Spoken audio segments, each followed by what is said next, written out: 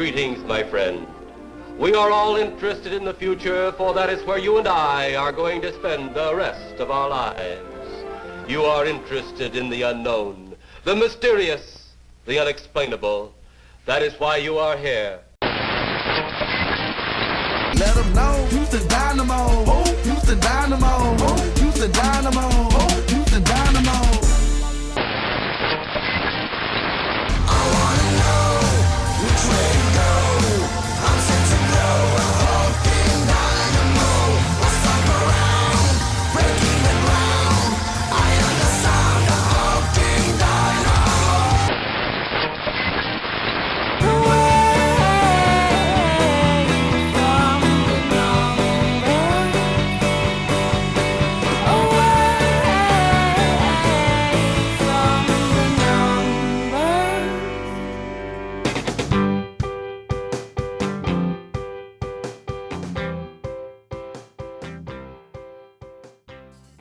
Well, hello there, and welcome to episode 51 of There's Still Time, the AFTN podcast. Today we'll be previewing the weekend's match between the Vancouver Whitecaps and the Houston Dynamo. Today I'm joined by our regular co-hosts for the preview show, Aaron Campbell. Nice to be back. And Jay Duke. Hi, everybody. Let's talk about the game that happened last week. The Revolution and the Whitecaps tied 0-0. For the game itself, was it a positive to get the point, or do you see it as being a negative for the style of play, which has kind of been 2 weeks in a row now? I think the positive was getting the point. Last season, we gave up way too many points in way too many games. You look at a team like Portland last year where they found ways not to lose. It seemed like we found a lot of games, ways to lose points. I say we take points when we can get them on the road. Moving forward, every point counts. We missed out on the playoffs last season by a couple of points. 2 or 3 extra ties last year, we're in the playoffs. Jay? Yeah, it's certainly glass half full. You've taken 2 points from 2 away games. I felt way different after the end of this game, and I don't know why. I don't know if I'm in the minority, but I felt a lot more positive after that game, and maybe it's because the second half was a lot better. There was a lot of improvement there. Maybe my expectations weren't quite as high, but I feel a lot better taking 1 point against what might be a decent team in New England, in a place that's hard to play and a long flight and all that kind of stuff. And the wind conditions. Yeah, terrible conditions to play in. So you got to take a positive. I felt okay about the draw afterwards. And it's a clean sheet as well, which is something that the first of the season. And above that, we've had some shaky moments on defense over the first couple games, although we really haven't been burned on it. It was actually a lot better, other than the fact that we were being overrun in the midfield.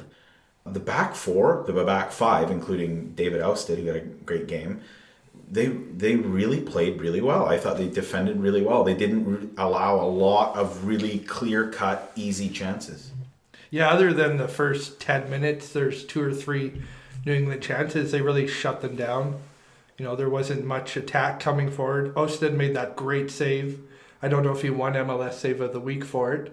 So, yeah, it was a good game. It's great to get the points. We need the points moving forward. Let's take them how we can get them. Now, we all kind of agree that Ousted was the best player, on the pitch at that game. He controlled the back line. He even contributed in the attack a little bit when he threw that ball to the halfway line to Mane, and he almost got something on the run. Who in your opinion was the worst player in that game? Who was their bottom? We know Aaron had the countdown and everything. Who was your guys' worst player? Maybe expand on it a little bit. Jay? It's a tough one. It's a kind of a toss-up between Fernandez and Rio Coker to me, but I gotta give this one to Rio Coker just because at least Fernandez got involved. Anytime he got involved, he did something poor with the ball and put it out of play or gave it right back or made a bad decision. But Rio Coker, he was, in my books, the worst player and contributed the most to that poor first half. He wasn't even showing for the ball. The back end deserves some blame for not trying to play up through the middle and continuously just lumping that ball way over the top. But at some point, the midfielders have to come in and join in, and those 2 guys, Laba and Rio Coker, have to be the ones to be able to pick up that ball and turn around with it. Yeah, I noticed during the game, Leveron was lumping the ball over the top almost all game long. It was getting frustrating watching that because mostly with the wind in that game, that wasn't going to work. You're going to have to attack on the ground. But if you pass the ball to Nigel and he won't do anything with it, what other options do you have? He just seemed like he wasn't there. He wasn't attacking. He wasn't moving forward. Laba wasn't much better, but he wasn't as bad as Nigel. Yeah, and I do agree with you. Now, of course, you were saying lumping the ball forward too. Some of that has to do with probably, like Aaron said, the inability that they saw something that the midfield wasn't able to do. The high pressure New England was getting in. And give credit where it's due. New England played quite well in the first half. Yeah, in New England, that's their home opener too. Right. So they're coming off 2 losses. They haven't scored a goal yet, and they still yet to have scored a goal through 3 games now. So yeah, you're right. Give credit where credit's due. That's our thoughts on the New England Vancouver game.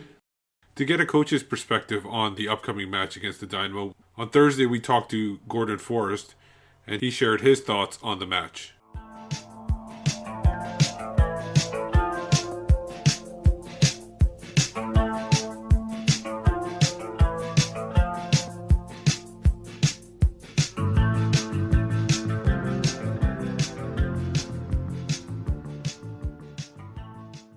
So Gordon, your overall thoughts on Houston, first of all? Yeah, it's a challenging game, difficult one. They've had a good start to the season. Obviously, their first game on the road, but season after season they're always up there. So we've had a good look at them. We've assessed how they play, and then hopefully it'll be a good performance for us this weekend. They've had a week off now. Is that something that you can take advantage of, or is it for a veteran team like that, does it really make a difference for them? Yeah, I mean they'll only know that on how their squad's feeling. I think they might have had a few little injuries in there, so again that could weigh up to help them, in terms of the recovery. But sometimes if you want to keep the momentum going, then it's good to keep playing. So again, every squad will be different in that sense. Yeah. 2 weeks off for you guys from BC Place, 2 weeks on the road. You're back at home. Is there something that you can look forward to at home that maybe is different from being on the road? It's exciting coming back home. You can see that from the first game of the season with the fans and just the place and the excitement about the players we do have, and when the crowd gets behind us, then it's like that extra player for us, and the players are excited as always to play at BC Place. Yeah. There's a couple of guys on Houston that do kind of run the attack a little bit. Brad Davis, Bonnie Garcia. Like, is it a matter of picking your poison, or is it possible to prevent both of those? No, I mean, as I say, it's difficult. They're a team of quality. Again, we do our homework on teams, so to speak, and we identify key areas where they're maybe stronger than others. So we've got to pay close attention to that. But again, right throughout their team, they've got a decent squad. But as you mentioned, there is some key players within there that will have to keep that attention to detail to more than other times. So. Perfect. Thanks a lot. Okay.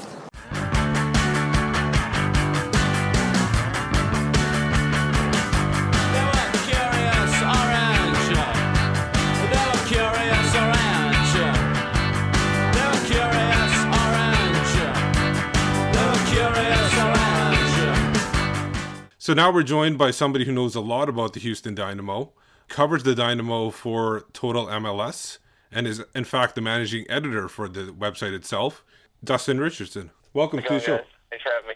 So Dustin, we're going to talk about the Dynamo. They're off to a great start. Obviously both games at home. They haven't allowed a goal yet. They did have last week off. Do you think that's a big factor for them, or do you think this is a team that is kind of built so they don't have to rely on momentum, and they've got the good veteran leadership? Yeah, I think they've got a lot of good veterans on there where that kind of thing isn't a big deal to them. I actually talked to Corey Ash in the locker room after last week's game and asked him that same thing. Would you guys prefer to keep going with this nice start to the season, or do you like the time off? And he said either way is good for them. They just have to keep strong in practice, keep fighting in practice. They actually scrimmaged San Antonio Scorpions last week from NASL, so they played, but not an actual game. So I think they're looking to remain sharp, and with the veteran guys they have, I don't think it should be too much of a problem. The duo of Will Bruin and Giles Barnes, they seem to be almost like a perfect duo up top. How good are they? And are they the best in MLS? I don't know about the best. They're definitely probably one of the good ones. They're both very young. I think Bruin's 24, Barnes is 25, or the opposite. Barnes has talked a lot this year just about how him and Will are just now starting to click, and they're still young, and they have a lot to learn together still, so that's scary for other MLS teams. But Barnes is one of the...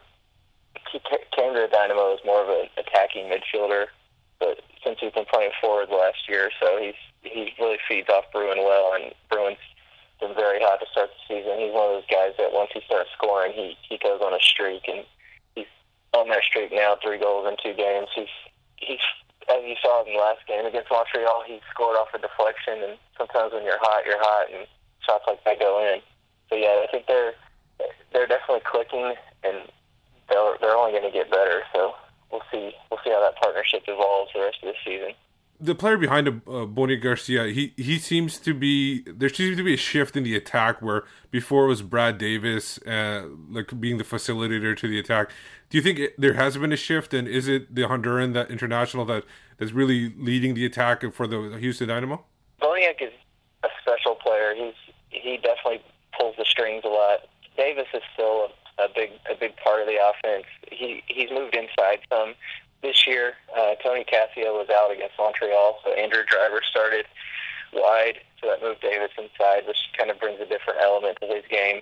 But Boniek, he's great on the ball. His delivery is always right on. He's got pace. He beats guys on the outside. He creates havoc pretty much anywhere he goes. He's one of those special players that you just like to watch and see what he does. But he's definitely the puppeteer of the Dynamo offense. But Davis is still, don't count out Davis just yet. He's still a key piece to that puzzle, and he'll be with the national team next week, which shows he's still got a little left.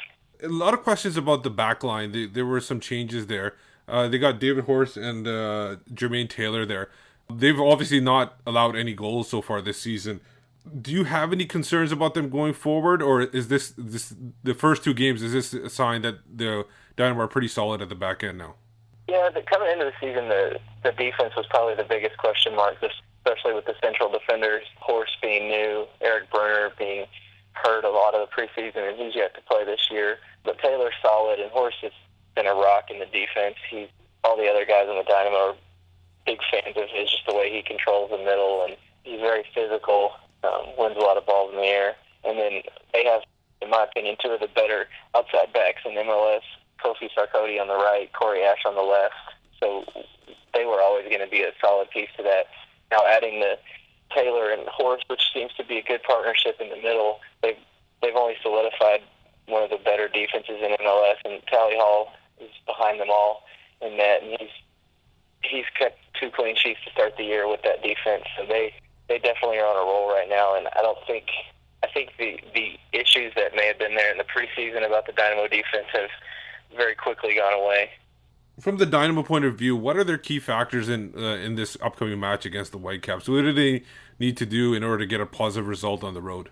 It'll be interesting to see if Cassio can come back from his injury. I know he's been training this week, so if he plays, that'll put him in the middle with Ricardo Clark and move Davis back wide on the left. So that'll be a big question mark still to see if Cassio can go. But I think they have to keep Vancouver at bay, obviously, with some of these quick guys they have. But obviously controlling the midfield is always big for the Dynamo. They have 4 good midfielders with Boniek, Ricardo Clark, Brad Davis, and whether it's Cassio or Andrew Driver.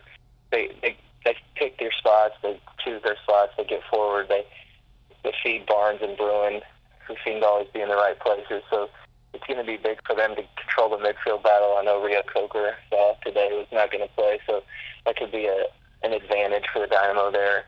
Definitely in the midfield, and more importantly, probably on the wide midfield with Boniek and Davis getting down the flanks. Now, getting away from the game itself, an overall picture for the Dynamo this season, the past 3 seasons they've finished in the 4th or 5th spot. Obviously, 2 of those years they made it to the finals. What do they need to do to get into that top 3 of the Eastern Conference, and where do they fit in right now to the Eastern Conference? There's obviously a lot of teams that have improved. Where do they fit in?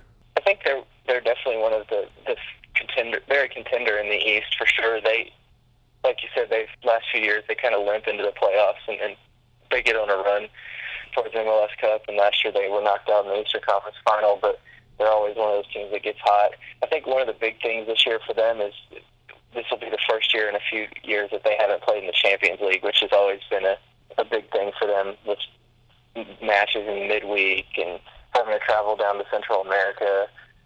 They won't have that backlog of fixtures now. They'll be able to rest guys a lot more. Like I said earlier, they're a veteran team, so that rest is big for them. And just not having to play those Champions League matches well. Obviously, the supporters like to see it, but for the team, I think it's one of those kind of blessings in disguise where they don't have as many matches this year. They'll be able to stay fresh more during the middle of the season with the World Cup break. We'll see how that helps them too, or hinders them. But I think they'll definitely be there in the end in the East. It just feels like a different team this year. They have their goal on winning MLS. They'll obviously play in the Open Cup, but Dom Kinnear's never really put much stock into that. But they're one of those teams that they tend to kind of go quiet in the middle of the season. So it'll be interesting to see this year how they can keep the points going just throughout the season instead of having to charge late and then charge into the playoffs as a 4 or 5 seed and play that extra game. But I think as far as the other Eastern Conference teams, there's a lot of good teams in the East, but I think the Dynamo definitely has to be in the discussion. Over here in Vancouver, obviously with Martin Rennie being fired in the coaching search, there was a lot of talk about Dominic Kinnear maybe being an option for the Whitecaps. He was entering the last year of his contract, and he is currently in his last year of his... In your opinion, obviously he's with them this year. Is he a good fit for the long term, or is there a time where you can see that maybe the Dynamo will move on without Dominic Kinnear? I think Kinnear is the Dynamo coach as long as he wants to be, pretty much. He's got a great amount of respect from all the players in that locker room. They all love Dom. They love playing for Dom. I know Brad Davis, every chance he gets, he praises playing for Dom. And, they've been in Houston now. This is their 9th season. They've made the playoffs 7 out of their 8 years. They won 2 MLS Cups. If Kinnear wants to stay in Houston, I think he could be in Houston the rest of his life and just write a contract however he wants. I mean, eventually he'll retire one day, but for the future, next 5-10 years, I wouldn't see any reason to think he would leave unless it was some big European job or something like that, or a New York City type thing that got Jason Christ to leave. But yeah, I think Dominic Kinnear is the Houston Dynamo. He's been here since the beginning. The team kind of embodies his whole mindset and tactics, and Kinnear's here to stay for a while. Finally, how do you think the match is going to go? What's your prediction for this match on Saturday? I'd obviously be happy with a win, but I think something like a 1-1 draw would be good. I think it'll be interesting to see how the Dynamo bounce back just with the time off. They haven't been a great road team in the last few years. 2011, they were pretty terrible on the road. So it'll be interesting to see their road form, as this will be the first road game of their MLS season, just to see how they get up for it. I think a draw would be ideal, but I mean, the way they've played these first 2 games, I definitely wouldn't be surprised to see them take all 3 points. Before we let you go, Dustin, let our listeners know where we can find you online. You can find my work at total-mls.com. You can follow me on Twitter at HOU Sports, or you can follow our Total MLS account at Total MLS. And obviously you guys are still doing the Google Hangouts weekly? We are. We are in a little bit of a break right now, but yeah, usually every Monday night you can catch us live talking about the weekend that was and any other interesting topics that come up. Perfect. Thanks a lot for joining us, Dustin. All right, thanks.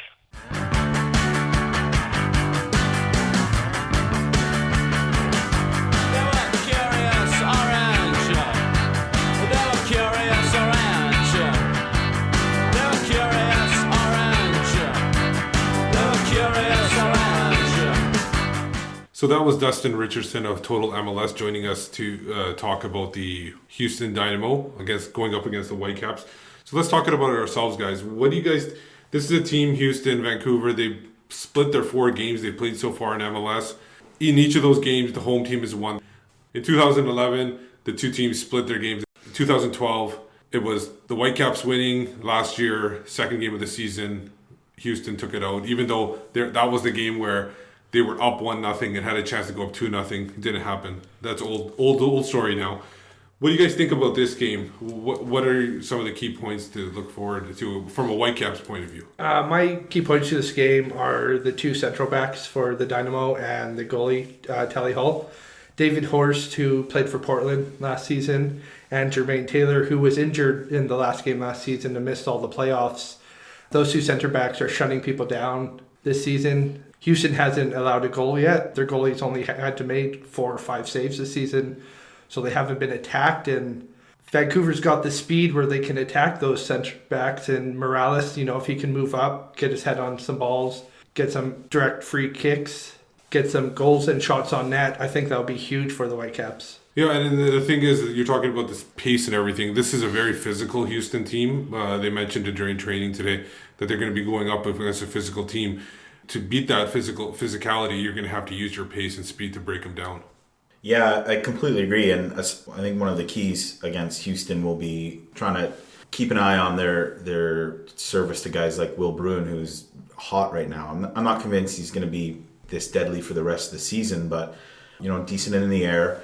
They've got a lot of creative guys like, Brad Davis and Boniek Garcia to provide some good service in there. So I think it'll be important to keep an eye on them. But really, I don't know if Houston's been really tested yet. I mean, they played a New England team at home in the opening game of the year, and New England, they were having some issues with their back line, went down really early. When the game's 3-0, 23 minutes in, that sure changes things. And then against Montreal, another team who's probably not going to be near the top of the standings this year, and Houston's still allowed a bunch of shots from them. I think it was 16 from Montreal, and the previous game against New England was like 19 or something. What I'd like to see is the Whitecaps get after them and really press them, because we haven't seen that. They haven't really been challenged yet. So if they're able to get a goal early and keep the pressure on, I think it'll be more about the Whitecaps than it'll be about Houston. Yeah, and the thing is you're talking about pressuring them early. This Houston team, the two teams together, they're basically polar opposites, because Houston is a strong starting team. 4 of their 5 goals have been in the first half. Vancouver, on the other hand, have been 4 of their 5 goals in the second half. So to press them early and not make sure they get onto a good rhythm and everything I think is very important for the Whitecaps. Yeah, mostly during the opening game against New York, Maddox attacking defenders really wore them down throughout the game. And then when you had a guy like Mane coming on attacking tired defenders, that worked really well for the Whitecaps so far this season. So if Maddox, Tybert can run at the center backs, get them exhausted, get them chasing you, that can open up a lot of room in the second half for attackers that come on as subs. And for sure, Maddox could be a guy that really kind of breaks out of his goal drought, because in the past 2 games he's played against Houston, he scored 3 goals. So almost 4. Yeah, almost 4, exactly, if he had finished that one. So could this be a game where Maddox does something again? Yeah, I've been... Does something on the score sheet, I should say, because he has done very well on the pitch. Every week so far we've been praising him and saying he's been doing a good job, and I think he'll have more chances at home. There'll probably just be a little bit more room out there for him. So I think so. I hope so. And I think there'll be a little bit more room for guys like Morales out there to. We saw it last week. We saw it the week before. We mentioned it. We were all confident going into Chivas and New England. The MLS is so hard on the road for whatever reason, and that works both ways. And that's one of the reasons why we're so dominant at home over the last couple of years, is because it's just a tough league to play on the road. So I think they'll have a lot more chances. There'll be a lot more room out there. So I think Maddox makes good this week. This is a North American thing, because in Europe and everything, you just take a bus ride or a train to go to where you're going to play. I believe, I could be mistaken on this, I think the top team on the road was Kansas City last year, and they won 8 games, I think. That's right. And obviously they're playing in the East, so it's a shorter travel. Western Conference, it was 6 games was the top team. That's 6 out of 17 games. So that's a pretty low number. That I think people got to look at that. The road games are going to be tough. You get your wins when you can. You get your draws, but the main thing you want to take care of is your home pitch. Absolutely. One of the other things we want to talk about too, obviously, we talked about in the first segment about how poor of a game he had. The weekend didn't get any better for Rio Coker because he kind of had a run-in with a bike rack and he tripped over. I don't know if he was skateboarding. There's no details. They haven't given any kind of details yet.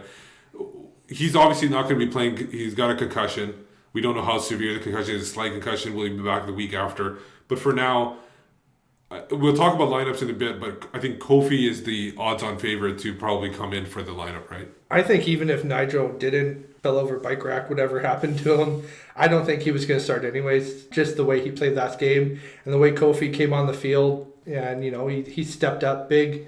He proved in training, he wants the minutes. So I didn't even see Nigel getting the start anyways. You'd like to think that Nigel Rio Coker is another one of those guys that you pencil in every week. But Robbo looks like he's the type of guy who's willing to say, and this is what I'm thinking, maybe what happened with Demerit the week before, is that they said, they rested him, and it seems weird to rest a guy on the third week. So, you know what, maybe it was, he went and had a quiet conversation and said, hey, you haven't been good enough, so we're going to make a change. You take a week off, and we'll come back to you. I think that maybe that would have happened with Rio Coker, even if he didn't have his very fishy bike rack face scrape incident. Well, I'm sure they didn't tell him to fall over a bike rack or anything like that. Probably not. That's taking one for the team if he did that for Robinson. Either way, I think bringing in Kofi is probably the right choice and probably what's gonna happen. Hope to see he rebounds a little bit. One of the guys that I went to training on Thursday and they were doing some drills where they were crossing the ball in from the wide sides and kind of doing volleys in the net. One of the guys that was so clinical was Pedro Morales. Now I know he's there as an attacking, midfielder in the central position, and he's a bit of a playmaker. But there's got to be a way, and he scored that goal in the box. There's got to be a way to get him more pushed up into the box, get him space in there, and try to see how dangerous he can be scoring goals from there. Yeah, Whitecaps has never had a player with Morales' skill set, so I think the coaches are still learning how to use him properly. I know they have him on the free kicks and the indirect free kicks, but see, the more and more the season goes, I think they'll try and figure out how best to use him, and that might be a good way moving forward to get him in the box and get him attacking that way. Well, when the Whitecaps were so successful in the first week, that's one of the things that really stood out to us, is that we noticed how many guys, including midfielders, were making runs into the box or runs out wide and clearing out space. And it's something that we haven't seen a lot of in quite a while in Vancouver. So certainly if he can choose and be a little bit more free in the number 10 role, when you only have a single striker, that number 10 can make plenty of runs into the box. Hopefully we can get a little bit of width with Tybert and whoever ends up playing on the left this week, Fernandez, Miller, whatever it is, and get a little bit of room for him. And that'll come with that pressure. If the Whitecaps get after them, hold the ball, keep making runs, that'll come. Now, one of the last point I think we should discuss is the fullback play. So far, we haven't seen much from Beitashour and Harvey. It's whether, how the game is going. They have to figure that out. It could be part of the strategy, maybe keep the fullbacks back, because especially with New England attacking and Chivas attacking. But they're going up against a couple of very attacking fullbacks in Kofi Sarkodie and Corey Ash. How do you think that's going to work into it? Are they going to have to really stay back again and make sure they cover their defensively? Or are they going to have to rely on their midfielders, the wingers, coming back and really helping them out? I think it's going to be a little bit of both. Beitashour has been a little bit quiet, but pretty good defensively. No, I'm not saying defensive. I'm saying going forward. He has a couple of moments a game, but not as effective as everybody thought he was going to be. So I think we're going to see both of them probably stay at home a little bit more, but it's at home. I think they're going to be given the green light to go forward if they see an opportunity. So I think the emphasis will be on the wingers to come back and help out.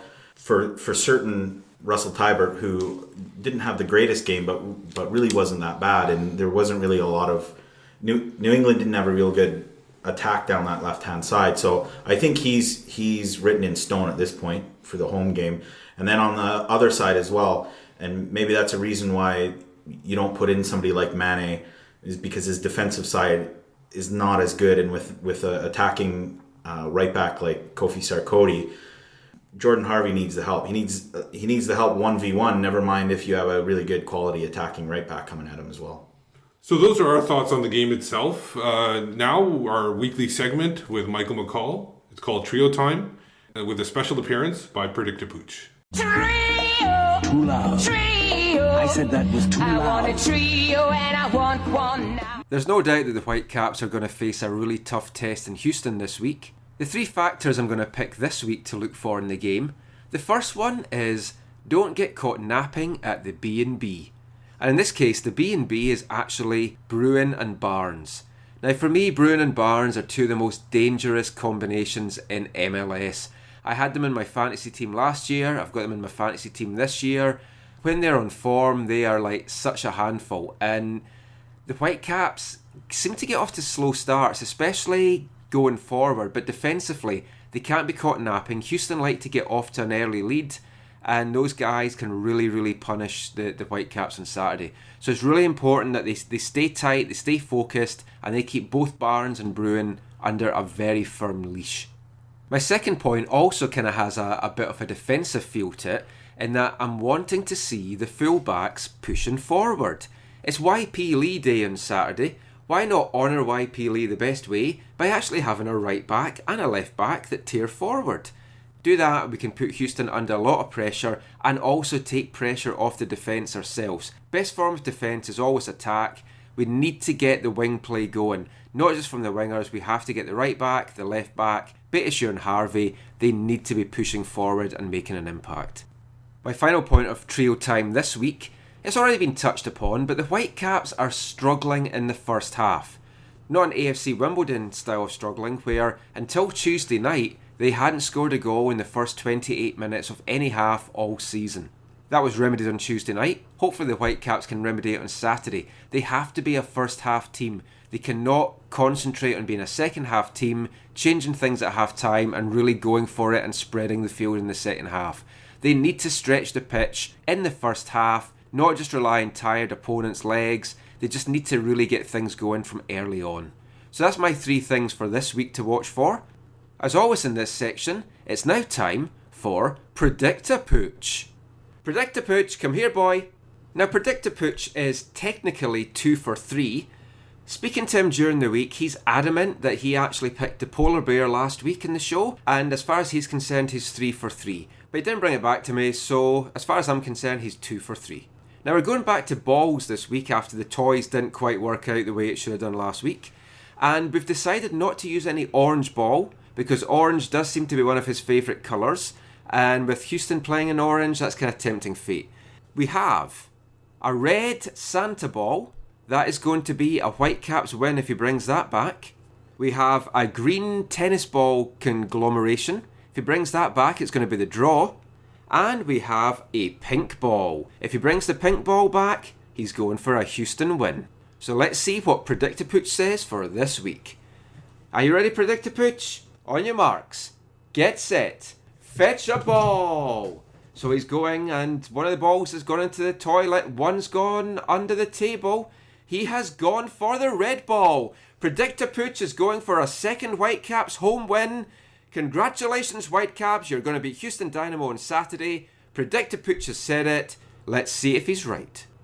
And that's all for Trio Time this week. Trio. Too loud. Trio. I said that was too loud. I want a trio and I want one now. So that was Michael with Trio Time, and obviously Predictapooch making a special appearance, like we said, and he has predicted a Whitecaps win.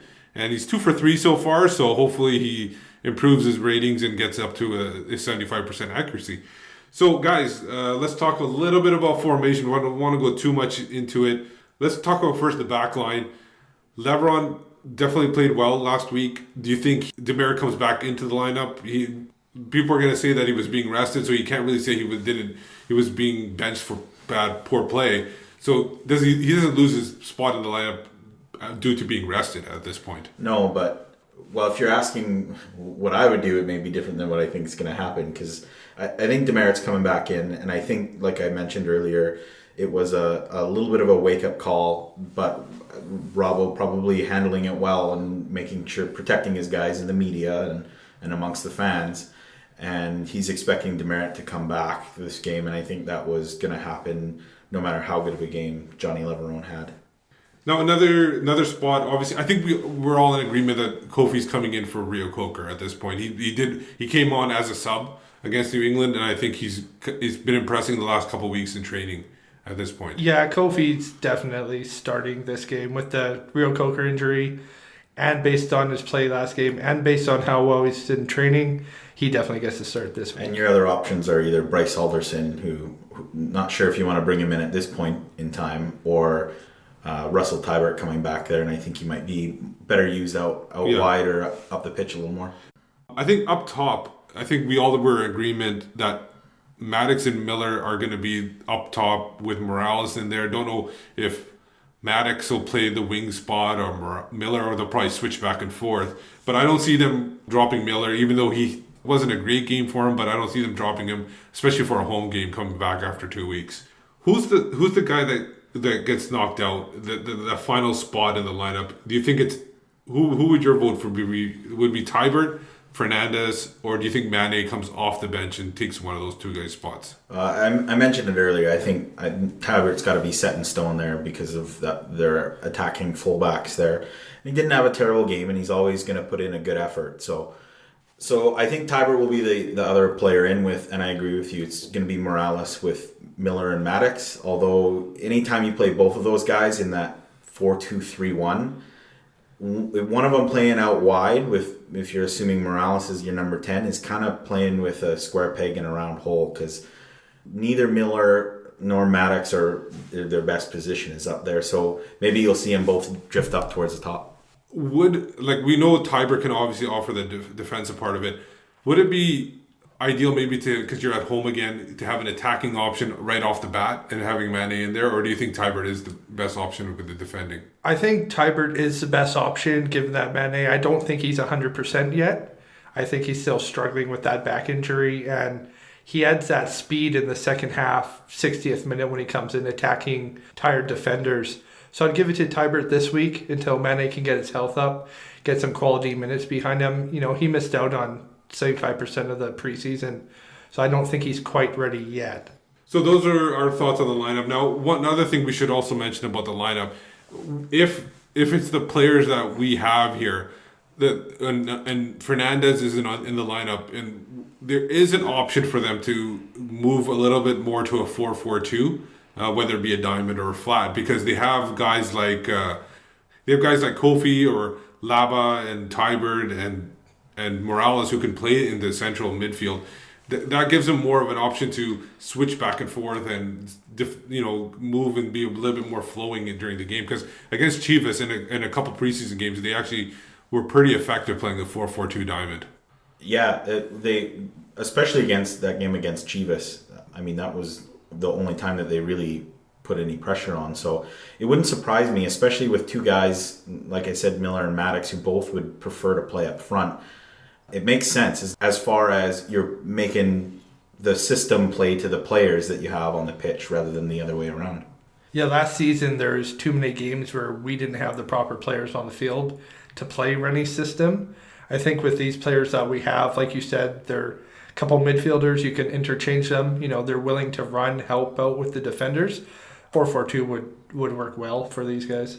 Prediction time. Aaron, you take it off first. What do you think is going to happen in this game? I'm calling for a 2-1 Houston win. I just don't see the Caps scoring more than one goal against Tally Hall. So 2-1 Houston win. Jay, what do you think?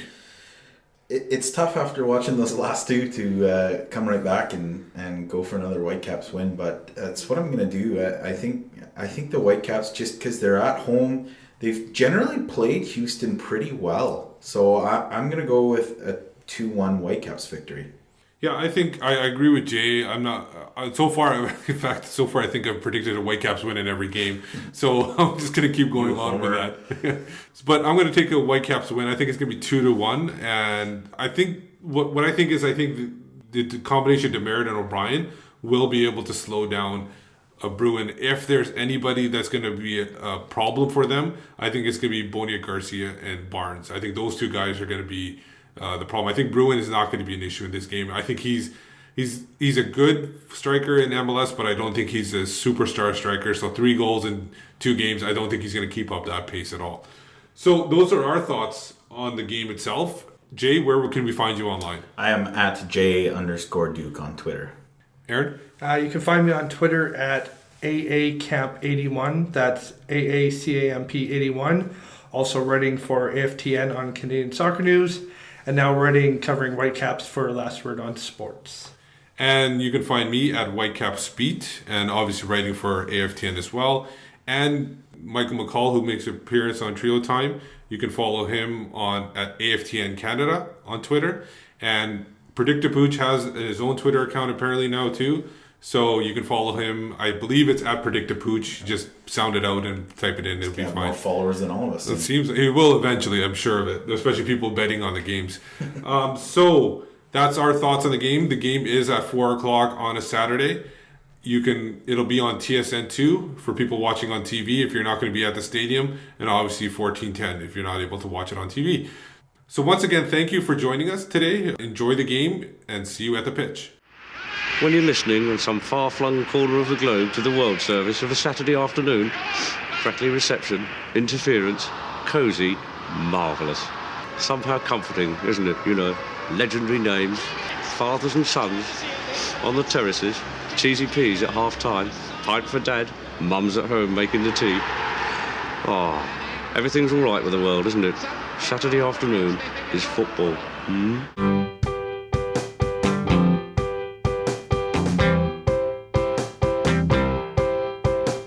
10 minutes left. Yeah,